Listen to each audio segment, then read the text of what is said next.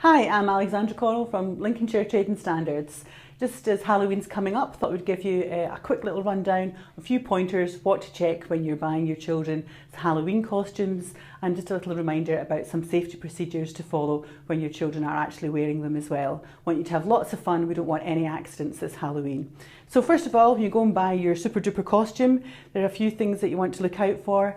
You want to check that on the label that comes with the costume, there is the name and address of the manufacturer, and that it's got a CE mark. That tells us that it complies with the relevant toy safety regulations. There's no regulations that make sure that all clothing and children's fancy dress are completely non-flammable, so do take care when your child's got the costume on, because if you do come into contact with a naked flame, it could still catch fire, and that's the last thing that any of us want. Always better to make sure that if there are going to be naked flames around, just replace them with a tea light. And that gives the same effect, but it's far safer.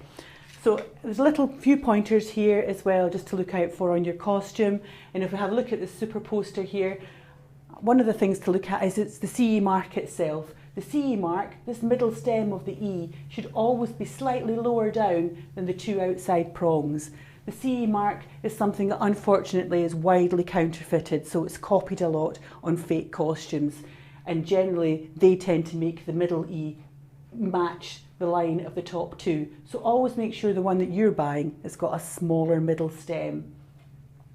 You also want to make sure that you buy it from a reputable shop, and then if something does go wrong, you know exactly who you've bought it from and you can take it back.